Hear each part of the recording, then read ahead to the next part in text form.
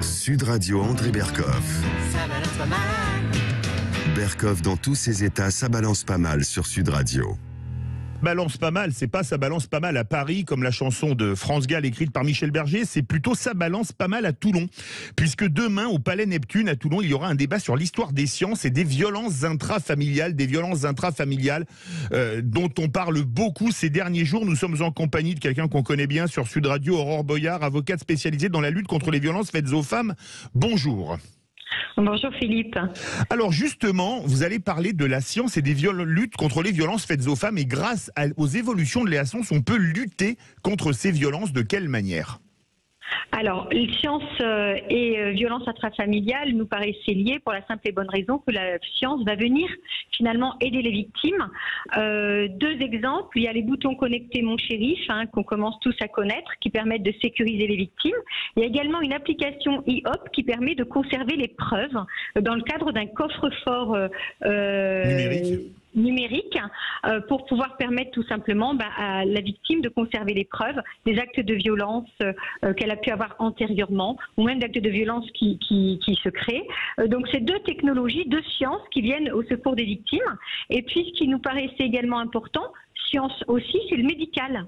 Oui. C'est-à-dire que dans le cadre là on est sur des sciences médicales, dans le cadre des violences, il y a des médecins qui vont intervenir, des psychiatres, des gynécologues, et notamment un médecin légiste. Alors un médecin légiste, rappelez-nous comment, parce qu'un médecin légiste, il faut le rappeler pour les auditeurs qui ne le savent probablement pas, ne s'occupe pas que des personnes décédées. Alors en quoi va intervenir le médecin légiste demain ?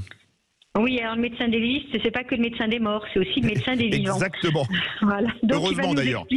Oui, et c'est une grosse part d'ailleurs de son activité en tant que légiste, parce qu'ils interviennent, et c'est ce qu'il va nous expliquer lors des gardes à vue, tout aussi bien pour voir les mises en cause, délivrer un certificat médical pour dire si leur état est compatible avec la garde à vue, mais ils peuvent aussi intervenir pour examiner les victimes et déterminer les ITT, puisque c'est-à-dire les interruptions temporaires de travail. Tout à fait.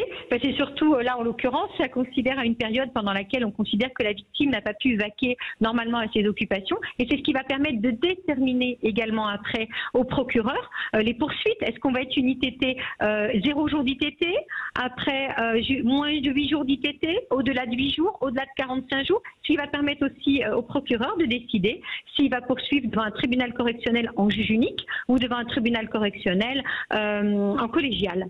Donc c'est important.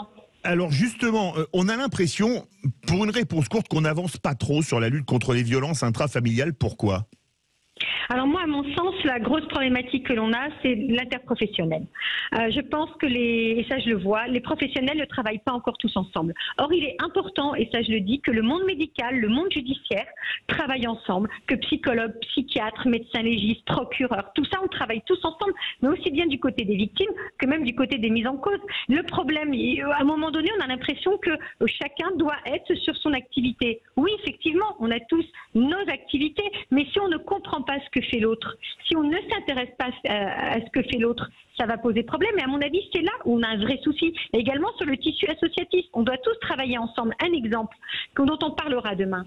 Il faut savoir qu'un médecin, lorsqu'il fait un signalement, il n'a jamais de retour sur son signalement qu'il a fait au procureur. Ce sont les médecins qui nous le disent. Ah oui. Or, ça serait logique qu'ils puissent avoir un retour, d'autant qu'on les implique dans la lutte contre les violences intrafamiliales, puisqu'aujourd'hui les médecins, c'est ce qui a été voté il y a maintenant à peu près 2 ans, ont la possibilité de saisir le procureur dans le cadre d'un signalement lorsqu'ils estiment que leur patient est en grand danger. À ce moment-là, levée du secret professionnel, du secret médical. Et donc c'est demain, mercredi 15 mars, de 9h à 18h au Palais Neptune de Toulon, salle Bonaparte niveau 1, accès libre et gratuit ? Oui. Eh bien, écoutez, on accueille tout le monde. Eh bien, écoutez, pour les Toulonnais, les Varois et tous ceux de la Côte d'Azur et de la Provence, vous êtes les bienvenus. Merci à vous, Aurore Boyard.